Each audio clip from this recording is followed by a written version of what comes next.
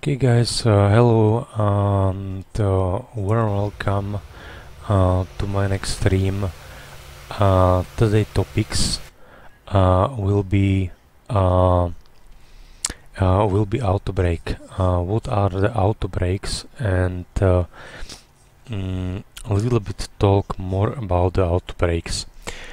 We will do two different approach on Norway airport, which is NML. It's Molde Aro Airport, and the landing distance available at this airport it's 2020 meters. Okay, but anyway, if you look at the chart more closer, landing distance available it's only 2000 meters for both sides of the runway because of displaced threshold. But this is out of the way. So now we jump into the autobrake. Autobrake switch is right over here. It has positions like off position. That means that you are braking manually, and this off position could be as well if for example your anti-skid is inoperative and your MLCDL rightly direct you to put it off and to make a manual braking. Now we have RTO. When you press the RTO, momentarily come light autobrake. And RTO, what is RTO? RTO means rejected takeoff. Okay, so this is this we are using for rejected takeoff. And now we have three positions: position 1, position 2, and position 3. And if you pull the switch in a real airplane, you should have the maximum position. And why I'm mentioning this situation? Because autobrake is working like a different way that people thinks that it's using. Autobrake setting it's basically constantly and depictedly monitoring your schedule rate of deceleration. It doesn't matter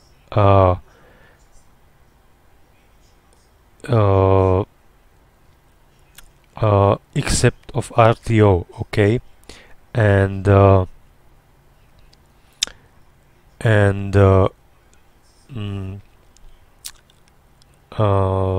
except the max, the auto brakes are working. For example, let's say like this one. If you have RTO, you have PSI available 3000, and deceleration rate is not controlled. Why is not controlled?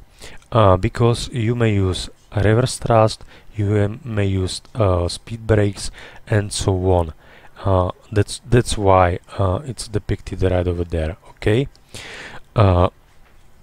If you have autobrake, for example, in one position, or it will, okay, you will have it in one position. So that means that your schedule rate of deceleration is 4 feet per second, okay, and PSI available is 1250. If you have autobrake 2, your PSI is 1500, and deceleration is 5 feet per second. It's not much difference, as you can see, between autobrake 1 or 2. So that's why it's recommended on wet runway, even if it is long runway, to use autobrake 2. Okay, autobrake 1 we are using on long runway, in which you have availability to press the brakes, do autobrake disarm light like you see right now, and and make it manually and exit via rapid exit way according to your liking. Autobrake 3 has PSI 2000 feet, but the deceleration rate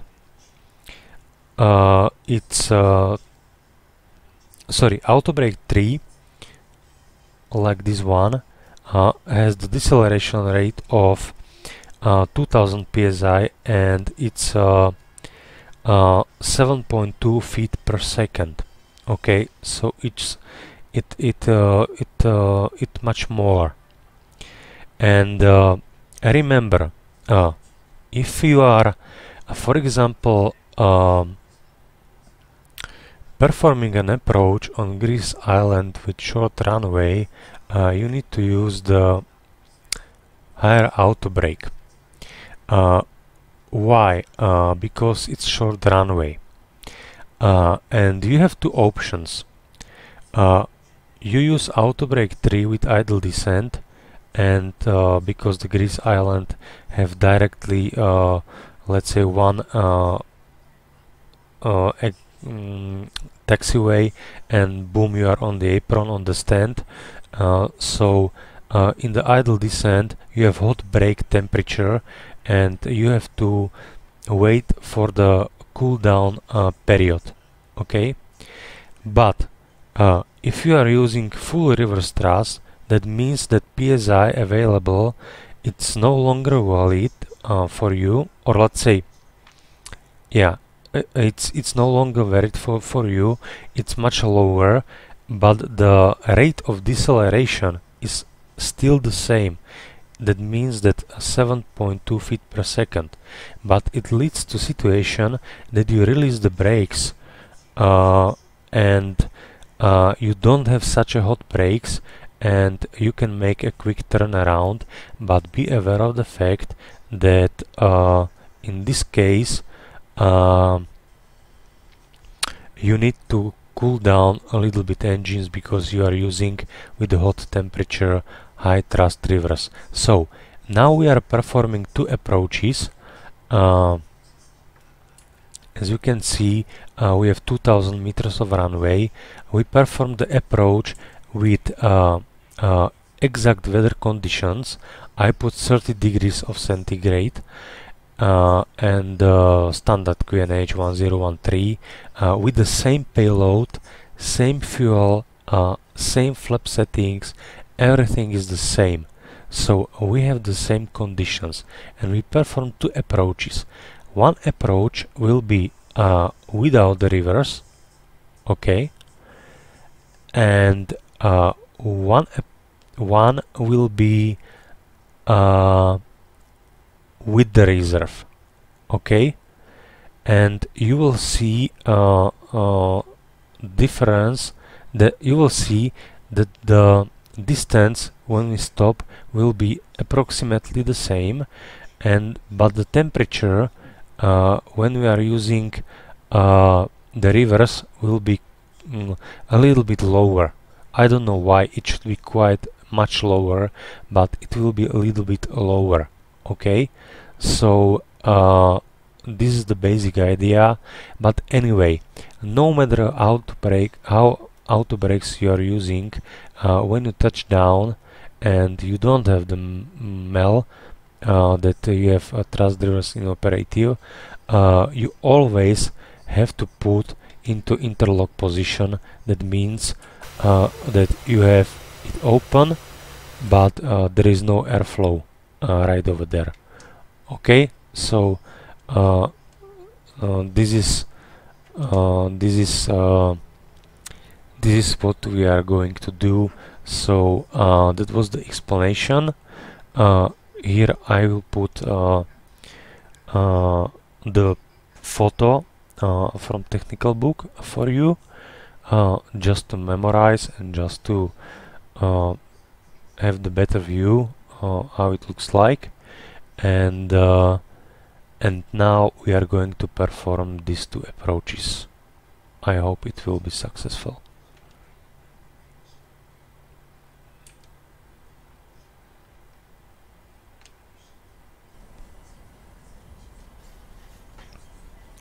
So I hope our logic is working for us.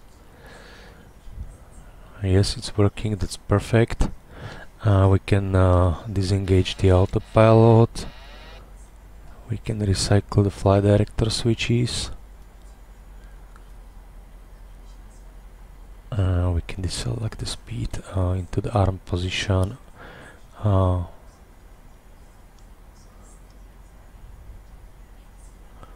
145 anyway. Okay, so now I will focus on the landing. And yeah, we will see how it works without the thrust reverse.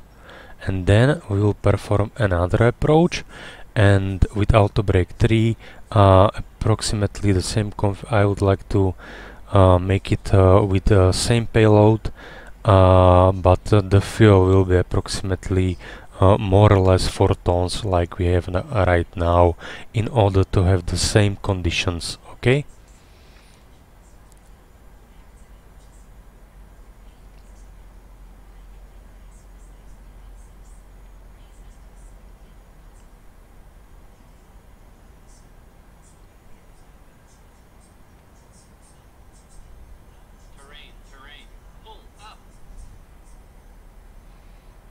Okay, we have to disregard it somehow. We're a little bit below the profile.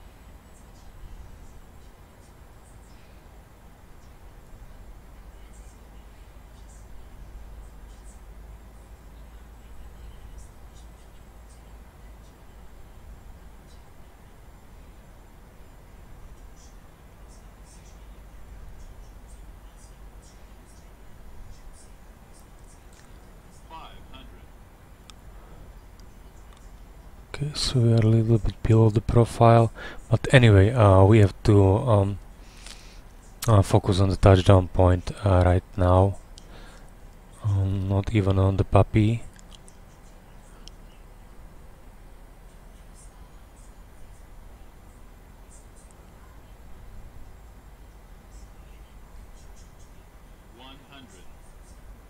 Okay. 50, 40, 30, 20, 10. Okay, now we are on the ground, speed brakes are up, and the airplane started decelerating.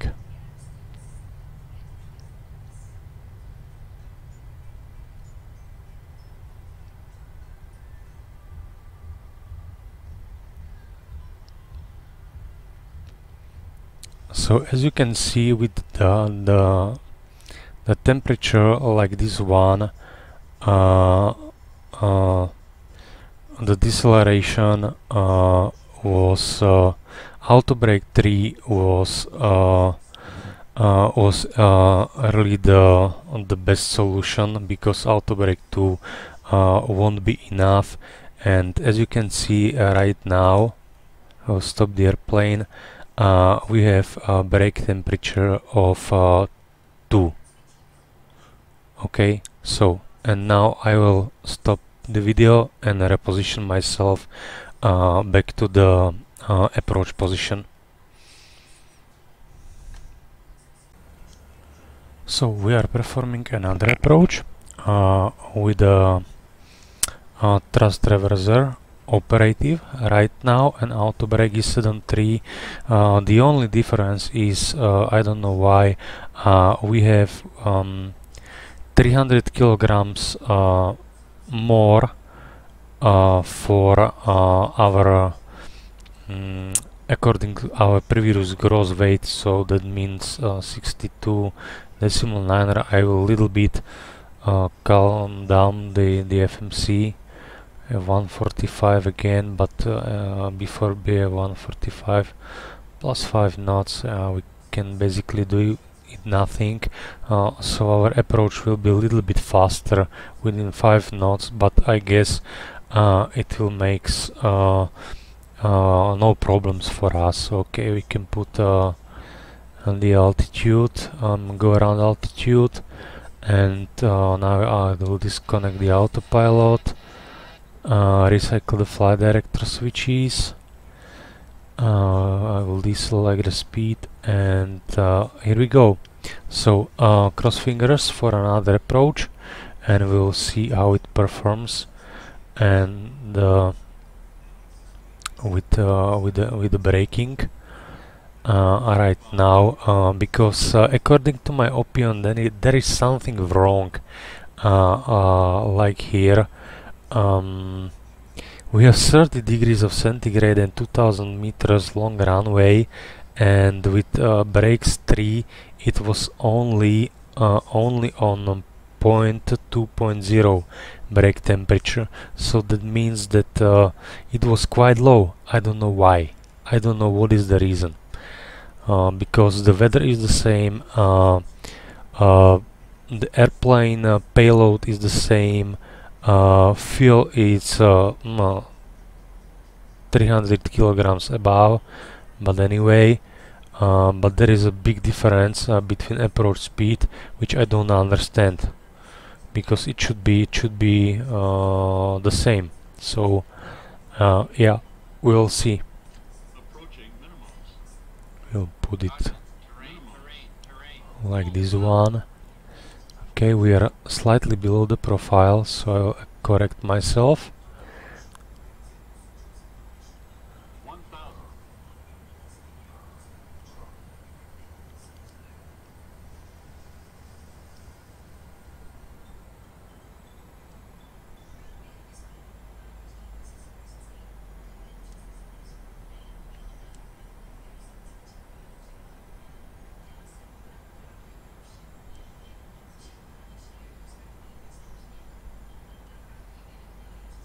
Okay, so we are approximately on the profile.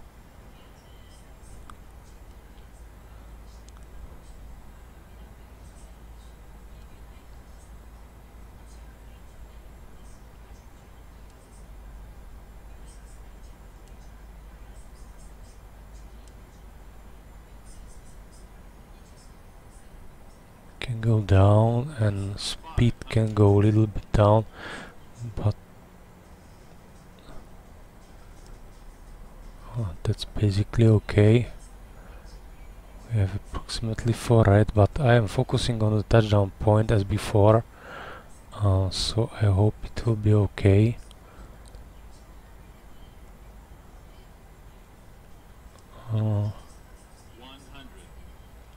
Okay. 50, 40, 30, 20, 10. Okay, closing thrust reverse and apply full reverse thrust.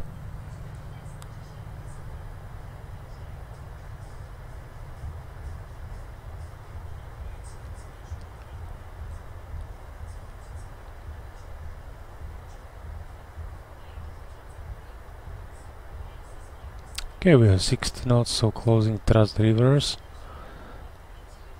and leave it with auto brake. And now we are nearly on the runway, so I will stop the airplane, set the parking brakes, and watch the temperature now. It's 1.8. It means that I don't know why a reverser is stuck.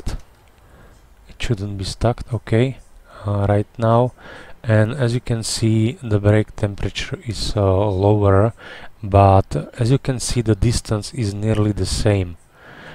So that's proof that auto brakes are monitoring deceleration regarding the thrust reverse are you using. So once again, if you put the auto brake 3 on hot summer day, what it will do, it will do that it will constantly keeping your deceleration with a certain psi on the or the brake pressure, but you have the high temperature brake temperature. That means that your turnaround time will be as well higher because you have to cool down the brakes. And if you are using the autobrake 3 in hot day temperature and using reverse thrust, you have the brake pressure of PSI is lower, but it's constantly monitoring the deceleration. That means that your brake temperature will be lower. But be aware of the fact that you need to use the common sense. I always talking about this one because in hot summer days, when you are making a full reverse, you need to when you close the thrust reverse, you need to check the time, put the timer, and wait at least 3 minutes before turning the engine down. So that means that if you are flying into the Greece island when there is taxi stand very close to the runway, so you have to stop on the apron and wait to cool down the engines with a cooling period approximately 3 minutes. Okay, you just look what are the EGTs, and if you feel that your EGTs and are too high, so wait a little bit. It shouldn't be 3 minutes, it can be 2 minutes. Maybe if you use just idle reverse on any other position, because in Boeing 737 the idle reverse works like you can put it into the idle position, or let's say Boeing says inner lock position. That means that you just deploy like this one and watch on the wings. It's only deployed, okay, but it's not providing the thrust reverse, and then you can position 1, 2 and full. Okay, so it's like click click click. So if I try to put the full reverse like now, so now you can see and you hear the sound, and it's basically what he is doing. He is doing the way that